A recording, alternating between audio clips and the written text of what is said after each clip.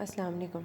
In this video, we are going to see the horizontal sections of the brain, in which we can see some of the nuclei, the important structures that are present on the horizontal section. Alright, to get some perspective of the anterior and the posterior sections, this part of the horizontal section is the one that is continued with the inferior part of the brain, and this part horizontal section is continued with the superior part, the cerebral hemispheres. So how to identify the horizontal section with the inferior part? We have told before, the cerebellum, which is going to point towards the posterior part, and the pons, this swelling of the pons is going to identify the anterior part. So these two structures give the perspective over the anterior and the posterior parts. So this is the pons, this is the midbrain, these are the arbor vitae of the cerebellum, this is the cavity of the fourth ventricle. Moving upwards, this is the hypothalamus, this extending part, this is the hypothalamus, this is the optic chiasm,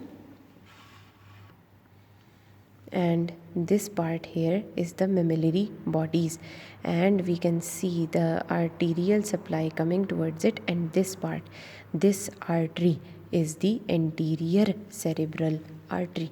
This anterior cerebral artery is going to curve around the corpus callosum. This is the start of the genu of the corpus callosum. This is the end, that is the splenium of the corpus callosum. The superior and the inferior colliculi are also seen over here. Now, if we look at the upper part, over here, the horizontal section, what we can see is that there is this nucleus, this larger nucleus, which was visualized on the medial section as well. A nucleus over here, and then there is the darker part over here, and then there is this lighter part. This lighter part are the white matter called the internal capsule. After this lighter part, another wedge shaped darker area is present. This darker area is called lentiform. So now we are going to identify the structures. This is the caudate nucleus, this is the head of the caudate nucleus, this is the thalamus. After that, this is the internal capsule, and this wedge shaped nucleus is called the lentiform nucleus, and the darker outer base of the wedge is formed by putamen. The inner lighter part is formed by the globus pallidus. After that, this is the another layer of white matter called the external capsule. The colostrum and external capsule are not visualized in specimens because they are very thin structures. This over here is the insular cortex, which was visualized when we separate the lateral sulcus. Alright, in this section, how do we identify the anterior and the posterior part? This is the anterior horn of the lateral ventricle. It is going to be smaller, and this is the posterior horn of the lateral ventricle, and it is going to be larger. So the smaller part, which is close towards the midline, this is the anterior horn, and this is the posterior horn. Another point of identification, if we cannot see the clearly which section of the which part of the cerebral hemisphere is from the cerebellum or the pons. Alright, so these are the white fibers that are emerging from the corpus callosum and are moving anteriorly or posteriorly.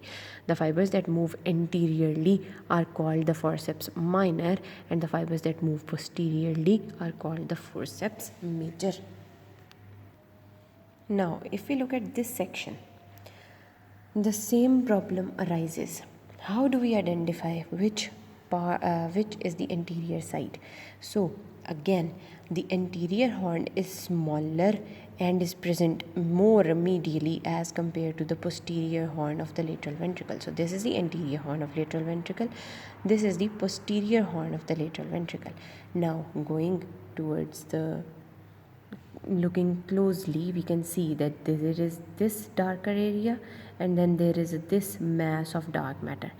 Then there are these light fibers that are present, this one, and then again a wedge of the dark matter is present over here, gray matter is present over here. So this is the head of the caudate nucleus, this is the thalamic nuclear complex, thalamus. This wedge shaped area, the outer one is the putamen, the inner one is globus pallidus. This is the internal capsule. Here is the extreme capsule, and then the insular cortex and the part of the cerebral hemisphere, the temporal lobe that covers the insular cortex. From the lateral side, we can see that this is the corpus callosum with the callosal sulcus and cingulate gyrus. From the corpus callosum are coming fibers that are going anteriorly. These are the forceps minor, and the fibers coming posteriorly, these are the forceps major.